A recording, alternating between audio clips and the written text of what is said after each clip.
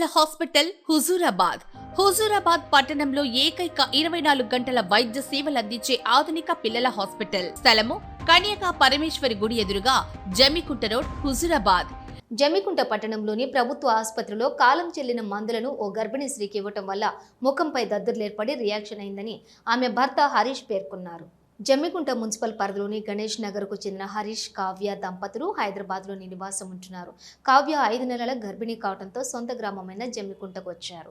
ఈ క్రమంలోనే ఆ కాలనీలో ఉంటున్న ఆశా వర్కర్ జమ్మికుంట ప్రభుత్వ ఆసుపత్రిలో గర్భిణీ స్త్రీలకు వైద్య సేవలు బాగా అందిస్తున్నారని తెలపడంతో జూన్ 30వ తేదీన కావ్య ప్రభుత్వ ఆసుపత్రికి వెళ్ళింది. ఆమెకు పరీక్షలు నిర్వహించిన అనంతరం వైద్యులు రాసిన మందులను ఫార్మసిస్ట్ దగ్గర తీసుకుని ఇంటికి వెళ్ళిపోయింది. తదుపరి జూలై 10వ తారీఖున మరోసారి ఆసుపత్రిలో వైద్య పరీక్షల నిమిత్తం వచ్చింది.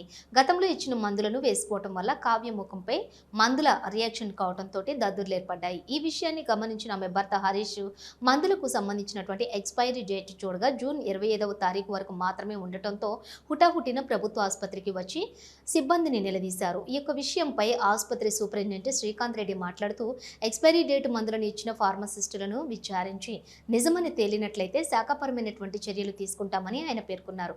ఇలా కాలం చెల్లిన మందులు ఇవ్వటం వల్ల చాలా మందికి నిరుపేద ప్రజలు ఇబ్బందులు పడుతూ ఉన్నారని, ఇలాంటివి పునరావృతం కాకుండా చూసుకోవాలని బాధితులు హరీష్ పేర్కొన్నారు. ఈ విషయంపై ఉన్నతాధికారులకు ఫిర్యాదు చేయనున్నట్లుగా ఆయన వెల్లడించారు. ఇవే ఈ 4 టాబ్లెట్లు సేమ్ టాబ్లెట్లు.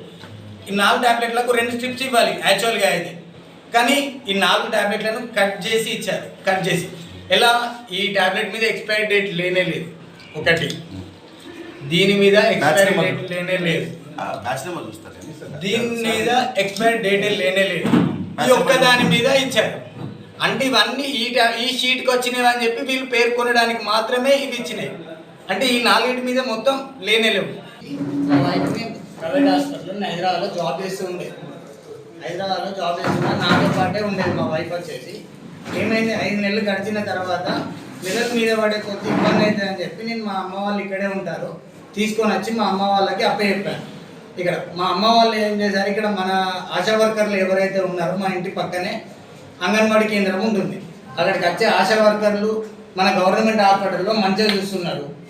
ఇదివరకు చేసుకున్న వాళ్ళు కూడా చెప్పారు, నేను అబద్ధం చెప్పట్లేదు, చేసుకున్న వాళ్ళు ట్రీట్మెంట్ తీసుకున్న వాళ్ళు చెప్పారు. కాబట్టి దాన్ని అనుసరించి నేను మనకి ఎంతో కొంత సహాయపడుతుంది, మనం లేనోళ్ళం అని చెప్పి గవర్నమెంట్ హాస్పిటల్ మనది అని చెప్పి నేను మా భార్యని పంపించాను. ఎప్పుడు 30వ తారీఖు 6వ నెల 2025వ తారీఖు వచ్చినప్పుడు మా భార్యకి జూన్ 2025వ తారీఖు 2025వ సంవత్సరంలో జూన్ నెల ఎక్స్పైర్ అయిన టాబ్లెట్స్ ఇచ్చారు. ఆమె ఆ రోజు నుంచి జూన్ 2025 నాడు 30 టాబ్లెట్లు ఇచ్చారు. ఈ 30 టాబ్లెట్లు ఎక్స్పైర్ అయిన అదే మందులో ఎక్స్పైర్ అవుతుంది. అది 30వ తారీఖు నాడు ఆ నెల ఆఖరి తేదీన 30 టాబ్లెట్లు ఇవ్వడం జరిగింది. అంటే ఇది ఎన్ని రోజుల వరకు యూజ్ చేసుకోవచ్చు, 7వ నెల 30వ తారీఖు వరకు యూజ్ చేసుకోవచ్చు. ఈ 30 టాబ్లెట్లని ఇచ్చారు. ఆమె చూడలేదు, ఆమె వాడుతుంది. ఈ టాబ్లెట్లు వాడుతున్నప్పటి నుంచి రోజు నైట్ ఏమంటుంది ఆమె, నార్మల్గా నేను హైదరాబాద్లో ఉంటాను, కాల్ చేసి చెప్పడం జరుగుతుంది, కడుపు నొప్పి లెఫ్ట్ సైడ్లో ఇట్లా ఇందులో నొప్పి లేస్తుంది అని చెప్పి చెప్పడం జరుగుతుంది. మొహం మీద దద్దుర్లు రావడం జరుగుతుంది. నేను మొన్న శనివారం రోజు నాకు ఆదివారం సెలవు ఉండడం ద్వారా నేను ఇంటికి వచ్చాను. ఆ రోజు నైట్ చూశాను ఆమె పరిస్థితి. చూసి నాకు అప్పుడు కూడా ఏం అనుమానం రాలేదు. తెల్లారి లేసరికి మళ్ళీ ఆ రోజు నైట్ దద్దుర్లకు మార్నింగ్ దద్దుర్లు వచ్చినాయి.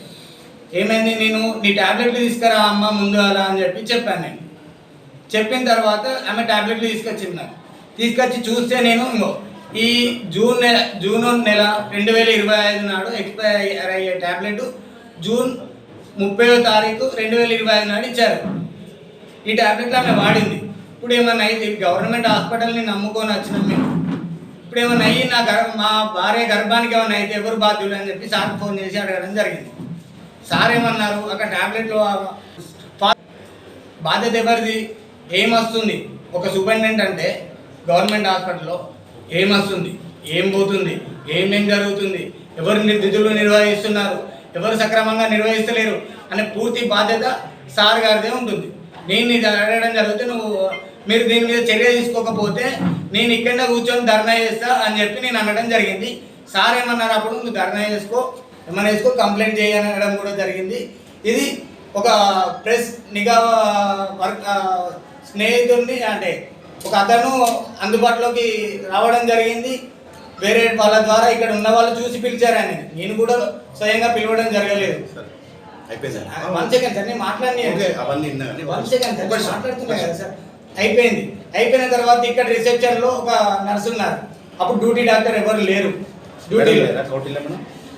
సార్ ఆమె నేను వచ్చి నొల్లు పెట్టడం జరిగిన తర్వాత 20 నిమిషాలకు వచ్చింది మేడం, ఎంట్రీ ఇచ్చింది. అప్పటి వరకు లేదు. పేషెంట్ గారికి మేము ఆ రోజు ఓపీ చీటు వస్తాయంటే మేము మా దగ్గర ఉన్న బీ కాంప్లెక్స్ టాబ్లెట్లు మన ఓపీ ప్రకారం ఇచ్చిన టాబ్లెట్లు పేషెంట్ బదనం చేసే టాబ్లెట్లు చాలా తేడా ఉన్నాయి. ఆ బ్యాచ్ నెంబర్ గల మందులు మాకు గత డిసెంబర్ నుంచి కూడా ఇక్కడ ఈ ఆసుపత్రిలో లేవు, సప్లై లేవు. మాకు 2 సార్లు సప్లై అయింది సెంట్రల్ లక్ష్యం నుంచి.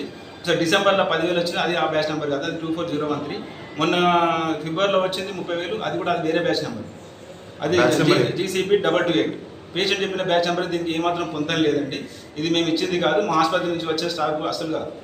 మీరు ఇచ్చిన టాబ్లెట్స్ అంటున్నారు కానీ మా దగ్గర మందు లేదు కాబట్టి మేము ఏమనలేము. మా దగ్గర ఆ రకమైన మందు మాకు లేదు కాబట్టి మేము సప్లై కాలేదు. ఐరన్, కాల్షియము, బి కాంప్లెక్స్ గోళీలు రాయడం జరిగింది మేడం. సో వాళ్ళు మన దగ్గర మందు తీసుకుపోయానని చెప్తున్నారు 30వ తారీఖు నాడు.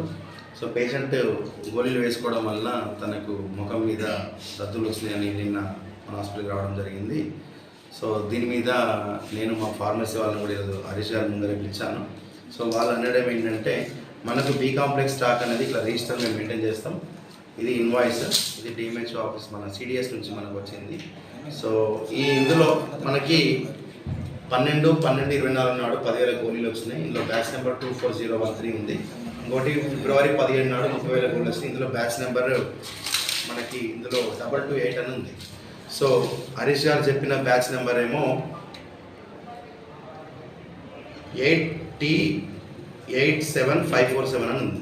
సో ఈ బ్యాచ్ నెంబర్ మా రికార్డ్స్లో లేదు. సో ఒకవేళ ఇంతకుముందు ఈ డ్రగ్స్ ఏమన్నా మా హాస్పిటల్కి వచ్చి ఉన్నాయేమో నేను చెక్ చేసి పూర్తి ఎంక్వైరీ చేసి ఒకవేళ ఏమైనా పొరపాటు జరిగి ఉంటే నేను ఆ ఫార్మసిస్ట్ మీద శాఖపర్యటన చర్యలు తీసుకుంటాను.